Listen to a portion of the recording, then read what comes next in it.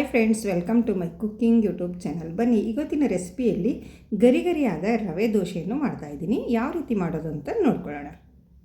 ಇಲ್ಲಿ ಮೊದಲಿಗೆ ಒಂದು ಪಾತ್ರೆಯನ್ನು ತಗೊಂಡು ಅದಕ್ಕೆ ಒಂದು ಬಟ್ಟಲಾಗುವಷ್ಟು ರವೆಯನ್ನು ತೊಗೊಂಡಿದ್ದೀನಿ. ಮತ್ತು ಅದೇ ಬಟ್ಟಲಿನಿಂದ ಒಂದು ಬಟ್ಟಲಾಗುವಷ್ಟು ಅಕ್ಕಿ ಹಿಟ್ಟನ್ನು ತೊಗೊಂಡಿದ್ದೀನಿ. ಮತ್ತು 1 ಸ್ಪೂನಷ್ಟು ಕಡಲೆಬೇಳೆ ಹಿಟ್ಟು ಮತ್ತು ಒಂದು 2 ಸ್ಪೂನಷ್ಟು ನಾನಿಲ್ಲಿ ಗೋಧಿ ಹಿಟ್ಟನ್ನು ಹಾಕ್ಕೊಳ್ತಾ ಇದ್ದೀನಿ. ನೋಡಿ, ಇವಾಗ ಗೋಧಿ ಹಿಟ್ಟು ಹಾಕ್ಕೊಂಡಾದಮೇಲೆ ನಾವು ಈ ರೀತಿ ವಿಸ್ಕರಿನಿಂದ ಈ ರೀತಿ ಚೆನ್ನಾಗಿ ಮಿಕ್ಸ್ ಮಾಡ್ಕೊಳ್ಬೇಕು. ಎಲ್ಲ ಹಿಟ್ಟು ಮಿಕ್ಸ್ ಆಗಬೇಕು. ರವೆ ಮತ್ತು ಹಿಟ್ಟು ಎಲ್ಲ ಚೆನ್ನಾಗಿ ಮಿಕ್ಸ್ ಆದಮೇಲೆ ನಾವು ಇದಕ್ಕೆ ಯಾವ ಬಟ್ಟಲಿನಿಂದ ನಾನು ಅಳತೆ ತೊಗೊಂಡಿದ್ದೀನೋ ಅದೇ ಬಟ್ಟಲಿನಿಂದ 2 ಬಟ್ಟಲಾಗುವಷ್ಟು ನೀರನ್ನು ಹಾಕೋತಾ ಇದ್ದೀನಿ. ನೋಡಿ, ಮೆಜರ್ಮೆಂಟ್ ಕರೆಕ್ಟಾಗಿ ತೊಗೊಳ್ಳಿ. ಒಂದು ಬಟ್ಟಲು ಅಥವಾ ಗ್ಲಾಸು ಯಾವುದಾದ್ರೂ ಒಂದು ಸೆಟ್ ಮಾಡ್ಕೊಳ್ಬೇಕು. ಅದೇ ಬಟ್ಟಲಿನಿಂದ ನಾವು ಕರೆಕ್ಟಾಗಿ ಮೆಜರ್ಮೆಂಟ್ ಹಾಕ್ಕೊಂಡ್ರೆ ದೋಸೆ ಕರೆಕ್ಟಾಗಿ ಬರುತ್ತೆ. ನೋಡಿ, ಈ ರೀತಿ ಒಂದು ಸ್ವಲ್ಪನೂ ಗಂಟಿಲ್ಲದ ಹಾಗೆ ನಾವು ಚೆನ್ನಾಗಿ ಈ ರೀತಿ ಮಿಕ್ಸ್ ಮಾಡ್ಕೊಳ್ಬೇಕು. ಈ ವಿಸ್ಕರಿನಿಂದ ಮಾಡೋದ್ರಿಂದ ಒಂದು ಸ್ವಲ್ಪನೂ ಗಂಟಿರಲ್ಲ, ಚೆನ್ನಾಗಿ ಮಿಕ್ಸ್ ಆಗುತ್ತೆ. ನೋಡಿ, ಈ ರೀತಿ ನಾನು ಮಿಕ್ಸ್ ಮಾಡ್ಕೊಂಡು ಇಟ್ಕೊಂಡಿದ್ದೀನಿ. ಇವಾಗ ಒಂದು ಸ್ವಲ್ಪ ಇದು ಗಟ್ಟಿ ಅನ್ನಿಸ್ತಾ ಇದೆ. ನಾನು ಇದಕ್ಕೆ ಇನ್ನೊಂದು ಬಟ್ಟಲಾಗುವಷ್ಟು ನೀರನ್ನು ಹಾಕ್ಕೊಳ್ತಾ ಇದ್ದೀನಿ. ನೋಡಿ, ಇನ್ನೊಂದು ಬಟ್ಟಲು ನೀರನ್ನು ಹಾಕ್ಕೊಂಡು ಚೆನ್ನಾಗಿ ಈ ರೀತಿ ಮಿಕ್ಸ್ ಮಾಡ್ಕೊಳ್ಬೇಕು. ಒಂದು ಸ್ವಲ್ಪನೂ ಗಂಟು ಇರಬಾರ್ದು. ನೋಡಿ ಫ್ರೆಂಡ್ಸ್, ಈ ರೀತಿ ಚೆನ್ನಾಗಿ ಮಿಕ್ಸ್ ಆದಮೇಲೆ ನಾವು ಇದು ಒಂದು 10 ರಿಂದ 15 ನಿಮಿಷ ನಾವು ಇದು ನೆನೆಯೋದಕ್ಕೆ ಬಿಡಬೇಕು. ರವೆ ಇರೋದರಿಂದ ಒಂದು ಸ್ವಲ್ಪ ನೆನೆಸ್ಕೊಳ್ಬೇಕಾಗುತ್ತೆ. ಇವಾಗ ಒಂದು ಡಕ್ಕನವನ್ನು ಮುಚ್ಚಿ ಒಂದು 15 ನಿಮಿಷ ನಾವು ನೆನೆಸ್ಕೊಳ್ಳೋಣ. ನೋಡಿ, ಇಲ್ಲಿ ಇವಾಗ ಒಂದು 15 ನಿಮಿಷ ಆಯಿತು. ನಾನು ತೆಗೆದು ತೋರಿಸ್ತಾ ಇದ್ದೀನಿ. ನೋಡಿ, ಯಾವ ರೀತಿ ನೆಂದಿದೆ ಅಂತ ನೋಡ್ಕೊಳ್ಬೋದು. ರವೆ ಎಲ್ಲ ಚೆನ್ನಾಗಿ ನೆಂದು ಒಂದು ಸ್ವಲ್ಪ ಗಟ್ಟಿನೇ ಆಗಿದೆ. ನೋಡಿ, ನಮ್ಮ ಈ ಹಿಟ್ಟು. ಇವಾಗ ಇದಕ್ಕೆ ಒಂದು ಸ್ವಲ್ಪ ಮಸಾಲವನ್ನು ಆ್ಯಡ್ ಮಾಡ್ಕೊಳ್ಳೋಣ.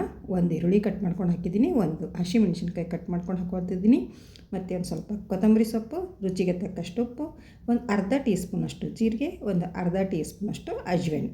ಇಷ್ಟೆಲ್ಲ ಹಾಕಿದ ಮೇಲೆ ನಾವು ಚೆನ್ನಾಗಿ ಈ ರೀತಿ ಮಿಕ್ಸ್ ಮಾಡ್ಕೊಳ್ಬೇಕು.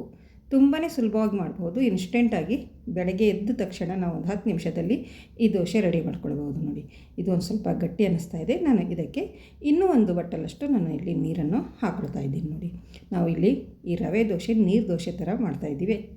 ಅದಕ್ಕೋಸ್ಕರ ಒಂದು ಸ್ವಲ್ಪ ತೆಳುವಾಗಿರಬೇಕಾಗುತ್ತೆ.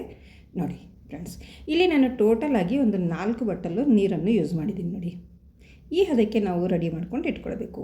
ಈ ಸೈಡಲ್ಲಿ ನಾನು ಸ್ಟವ್ ಮೇಲೆ ಹಂಚು ಕೂಡ ಕಾಯೋದಕ್ಕೆ ಇಟ್ಟಿದ್ದೀನಿ. ಹಂಚು ಚೆನ್ನಾಗಿ ಕಾಯ್ದ ಮೇಲೆ ಅದಕ್ಕೆ ಎಣ್ಣೆಯನ್ನು ಈ ರೀತಿ ಅಪ್ಲೈ ಮಾಡ್ಕೊಳ್ಬೇಕು. ಒಂದು ಬ್ರಷಿನಿಂದ ಅಥವಾ ಒಂದು ಆನಿಯನ್ ಆದರೂ ತಗೊಂಡು ಯಾವುದಾದ್ರೂ ಒಂದು ತಗೊಂಡು ಎಣ್ಣೆ ಅಪ್ಲೈ ಮಾಡಿಕೊಂಡು ಈ ರೀತಿ ನಾವು ದೋಸೆಯನ್ನು ಹಾಕ್ಕೊಳ್ಬೇಕಾಗುತ್ತೆ.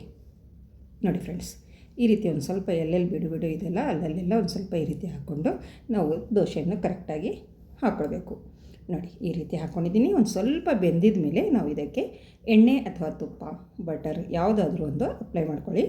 ಈ ರೀತಿ ಮಾಡಿಕೊಂಡು ಒಂದು ಸ್ವಲ್ಪ ಹಂಚು ಈ ಸೈಡ್ ಆ ಸೈಡು ನಾವು ತಿರ್ಸ್ಕೊಂಡು ಈ ದೋಸೆಯನ್ನು ಬೇಯಿಸ್ಕೊಳ್ಬೇಕು. ನೋಡಿ ಫ್ರೆಂಡ್ಸ್, ಒಂದು ಸ್ವಲ್ಪ ಕಲರ್ ಕಂದು ಬಣ್ಣ ಆದಮೇಲೆ ನಾವು ಇವಾಗ ಈ ದೋಸೆಯನ್ನು ತೆಗೆದುಕೊಳ್ಳೋಣ. ನೋಡಿ, ಸ್ವಲ್ಪ ಕಾರ್ನರಲ್ಲಿ ಎಲ್ಲ ಕಡೆ ಈ ರೀತಿ ಒಂದು ಕಡ್ಚಿಯಿಂದ ಬಿಡಿಸ್ಕೊಳ್ಳಿ. ಮೊದಲು ಬಿಡಿಸ್ಕೊಂಡಾದಮೇಲೆ ಸೆಂಟ್ರದಲ್ಲಿ ಈ ರೀತಿ ಮಾಡಿಕೊಂಡ್ರೆ ಆರಾಮವಾಗಿ ಈ ದೋಸೆ ಎದ್ದು ಬರುತ್ತೆ. ನೋಡಿದ್ರೆ ಎಷ್ಟು ಚೆನ್ನಾಗಿ ಬಂತು ನಮ್ಮ ಈ ರವೆ ದೋಸೆ ಅಂತ ನೋಡ್ಕೊಳ್ಳಿ. ಸೂಪರಾಗಿರುವ ರವೆ ದೋಸೆ ರೆಡಿ ಆಯಿತು. ಮತ್ತು ಇನ್ನೊಂದು ದೋಸೆ ಕೂಡ ಅದೇ ರೀತಿ ನಾನು ಹಾಕೋತಾ ಇದ್ದೀನಿ. ಪ್ರತಿಯೊಂದು ದೋಸೆ ಹಾಕುವಾಗ ನಾವು ಹಂಚಿಗೆ ಎಣ್ಣೆಯನ್ನು ಅಪ್ಲೈ ಮಾಡಿಕೊಂಡು ನಾವು ದೋಸೆಯನ್ನು ಹಾಕ್ಕೊಳ್ಬೇಕು.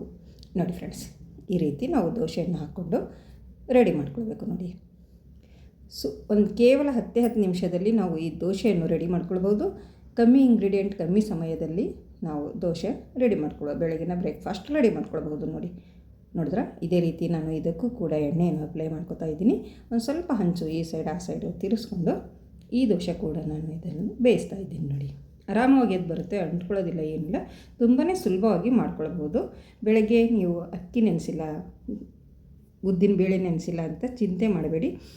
ಒಂದು ಬಟ್ಟಲು ರವೆ ಅಕ್ಕಿ ಹಿಟ್ಟು ಇದ್ದರೆ ನೀವು ಈ ರೀತಿ ಒಂದು ಸರಿ ದೋಸೆಯನ್ನು ಮಾಡ್ಕೊಂಡು ಟ್ರೈ ಮಾಡಿ. ಮತ್ತು ಯಾವ ರೀತಿ ಬಂತು ಅಂತ ಕಮೆಂಟಲ್ಲಿ ತಿಳಿಸಿ ಫ್ರೆಂಡ್ಸ್. ನೋಡಿ, ಇದು 2ನೇ ದೋಸೆ ಕೂಡ ರೆಡಿ ಆಯಿತು. ಇಲ್ಲಿ ನಾನು ಇದ್ರ ಜೊತೆ ಟೊಮಾಟೊ ಚಟ್ನಿ ಮಾಡ್ಕೊಂಡಿದ್ದೀನಿ.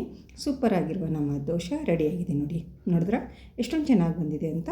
ಐ ಹೋಪ್ ಇವತ್ತಿನ ವಿಡಿಯೋ ನಿಮಗೆ ಇಷ್ಟ ಆಗಿದೆ ಅಂತ ಅಂದ್ಕೋತೀನಿ. ಇಷ್ಟ ಆದರೆ ಒಂದು ಲೈಕ್ ಮಾಡಿ ಮತ್ತು ಈ ರೆಸಿಪಿಯನ್ನು ನಿಮ್ಮ ಫ್ಯಾಮಿಲಿ ಆ್ಯಂಡ್ ಫ್ರೆಂಡ್ಸಿಗೆ ಹೆಚ್ಚೆಚ್ಚು ಶೇರ್ ಮಾಡಿ ಫ್ರೆಂಡ್ಸ್.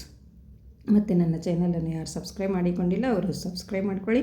ಮತ್ತು ಸಿಗೋಣ ಮುಂದಿನ ವಿಡಿಯೋದಲ್ಲಿ ಹೊಸ ರೆಸಿಪಿಯೊಂದಿಗೆ, ಈಸಿ ರೆಸಿಪಿಯೊಂದಿಗೆ. ಅಲ್ಲಿವರೆಗೂ ಓಕೆ, ಬಾಯ್ ಬಾಯ್ ಫ್ರೆಂಡ್ಸ್.